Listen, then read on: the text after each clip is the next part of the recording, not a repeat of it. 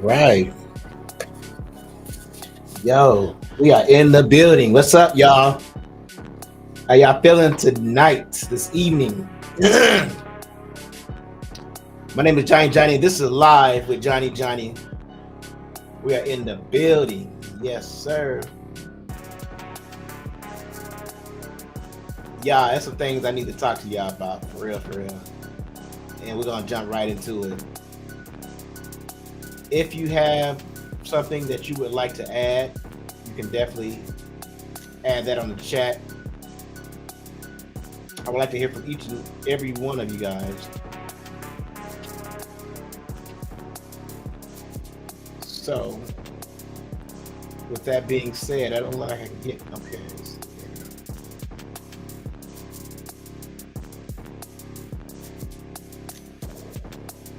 Okay, so not sure what's going on with that, but if you got comments, leave your comments.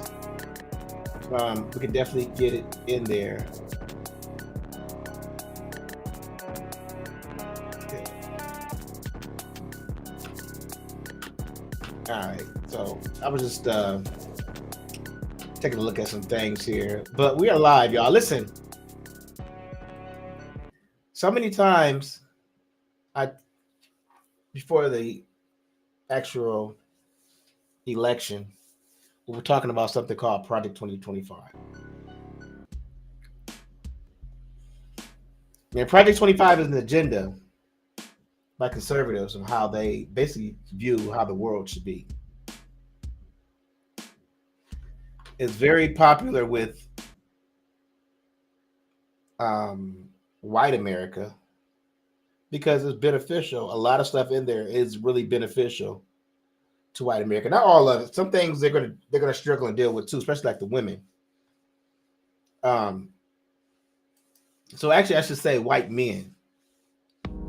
And if you look at the cabinet right now, the presidential cabinet right now, it's filled with white men. Maybe a few white women sprinkled here and there, but it's mainly white men, and they want to redesign America in the way they think America should look like, smell like, whatever. My opinion is we should have some black person in there as well, multiple black people, if you're trying to reconstruct America to give our point of view. That's with anything. We need to be represented. Asians need to be represented. Mexicans need to be represented. Everybody needs to be represented if we're going to change America, because one race, America, one race, a white race, should not determine how the rest of us should. That's possible. But that's privilege. Like I said it before, you know.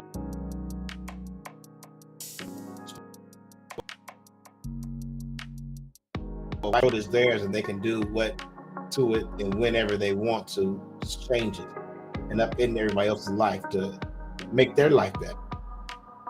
That's kind of how I see that. Anyway, we got a video here, and we want to show this video, and I want y'all to take a look, take a listen, because they 41%, Project 2025. Now it's time to stand up. If you ever been the one that's been complacent, haven't been saying nothing, now it might be time to stand up and try to say something, because if this happens, it's not going to be nothing pretty. If you think it is, then why they lie about the whole time? Check this out. You would think, considering how much Donald Trump loves to lie and how often he lies, that he'd be good at lying. But that's just not the case, and especially as of late, as he tries to create these false fantasy narratives around his disastrous economy, one day blaming Joe Biden, saying things are terrible, and the other day saying that things are fantastic and it's all because of him. But no one's buying it. Even his biggest supporters and defenders can't help him, with Elon Musk accidentally humiliating Donald Trump on his own platform after Donald Trump was caught in one of the most egregious lies he has ever told around the economy. We're going to get into it all, but before we do, if I could quickly ask you to leave a like on this video, and if you haven't already and you enjoy our channel, to hit that subscribe button. It goes a long way, and it really does mean a lot to me. Now, before we get into how Donald Trump was accidentally humiliated by Elon, I want to get into the humiliation that's happening to Elon himself. That's in Congress with Bernie Sanders. This amendment is simple and straightforward. It simply requires the Inspector General to issue a report within 6 months auditing Doge employees and their role in the Department of Education's decision-making and layoffs. Doge and Elon Musk have already laid off half of the Department of Education staff, Half of the Department which of is Education. jeopardizing the education funding, the civil rights, and the financial aid of students throughout the country.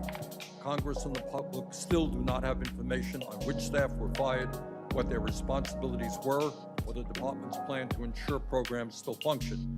We have a responsibility to receive this information. I urge my colleagues to vote yes on this amendment. I am so excited to see this. Absolutely, we should be auditing Doge. Absolutely, we need to look into the efficiency of this government agency, which, by the way, it's not. I don't know why the media is still treating Doge like an actual thing when it's just a mechanism to carry out the criminality and corruption of Donald Trump and Elon Musk, to go after any agency that's trying to hold billionaires accountable for the malpractice that happens within their corporations. But that is an entirely different story. I love what Bernie is doing here. I love that we are calling out these lies, especially when there are so many constantly coming out of the administration. And like I said at the beginning of this video, the worst lately have been around the economy, especially with this lie that Donald Trump is trying to tell about President Biden. For the transition, sir, you frequently took credit for the stock market highs. You said it was a reflection of how well you were doing in the polls, and then after you were elected, you said the stock market highs were a reflection of how well the transition is going and the American people's confidence in your incoming administration. Now, the stock market's not doing so well, and you're saying that's the Biden stock market, yet you are the president. Can you explain that? I'm not taking credit or discredit for the stock market. I'm just saying that we inherited a mess, both at the borders. You could look at every single one of the people here, and no matter who it is, they're doing better, and they are far superior to what took place for 4 years before us. When you look at prisoners being allowed to come into our country at will, just at will, people from mental institutions, gang members, drug dealers, when you look at that, what they've done to our country, and also having to do with finance, look at what happened with inflation. We had the worst inflation probably in the history of our country. They say 48 years, but I would say in the history of our country, it ate away at people. And even though you saw a stock market going up somewhat, because in my case, I had the biggest stock market increase, 88% in the last term, in my last term. But I don't view the stock market as the end all. It's an indicator. But what the stock market really tells you, and when you look at the stock market in this case, is it says how bad a situation we inherit. I don't understand how he can keep flip-flopping on this, because at some points, Donald Trump is saying that there's going to be a transition period with his tariffs, alluding to a period of instability, of a little bit of pain that he has already ceded ground on. So if there's going to be a transition from good to bad, doesn't that mean that Biden instituted the good? Donald Trump said inflation might come back. Doesn't that mean Joe Biden got rid of the very inflation that you said you were running against? None of this makes sense, especially as Donald Trump decides that he gets to pick which elements of the economy are his on any given day and blame Joe Biden for the rest, even though Donald Trump has completely reversed the policies of the Biden administration. But at the same time, he's claiming big wins on long-term additive portions of the Biden agenda that's being carried out and actually helping the economy. It doesn't make sense. But like I said, we saw one of the most egregious lies really ever from Trump in this article right here that got called out by Elon's own platform. Trump hit with a community note on Twitter for peddling fake gas prices below $2. Trump was hit with a community note fact check after falsely claiming in a commencement speech at the University of Alabama that gasoline prices have fallen to $1.88 a gallon in 3 states. The misleading statement, captured in a video posted by ASIN on Twitter, drew immediate scrutiny from fact checkers and users alike. The community note on Twitter reads, "As of May 1st, 2025, no U.S. state has an average gas price of $1.88 per gallon. The lowest in Mississippi is $2.66 per gallon." Donald Trump was also fact-checked on this post, in which he wrote, "Gasoline just broke $1.98 a gallon, the lowest in years. Groceries and eggs are down, energy down, mortgage rates down, employment strong, and much good news as billions of dollars pour in from tariffs, just like I said. And we're only in a transition stage. just getting started. Consumers have been waiting for years to see prices coming down. No inflation. The Fed should lower its rates. DJT. So once again, Donald Trump is flip-flopping between whether the economy is good or it's bad, whether there's job growth or whether Joe Biden is responsible in the third month of Donald Trump's presidency for us not seeing enough job growth. None of this makes sense. But what's really funny here is that, of course, Elon Musk runs Twitter, and so he has complete control over all the fact-checking and regularly removes community notes from his posts that are called out, but chose not to do so here. It's also funny on this propaganda site that's designed specifically for Donald Trump, designed specifically for Republicans. Elon Musk still cannot help him in pushing just the most ridiculous lies. And we also saw that lately when Donald Trump and really all of MAGA were exposed by Elon's own AI. Yes, Grok, which is the AI for Twitter that Elon has been using and instituted, really just made it clear what Elon has tried to do on his site. It was completely humiliating, and I want to take a look.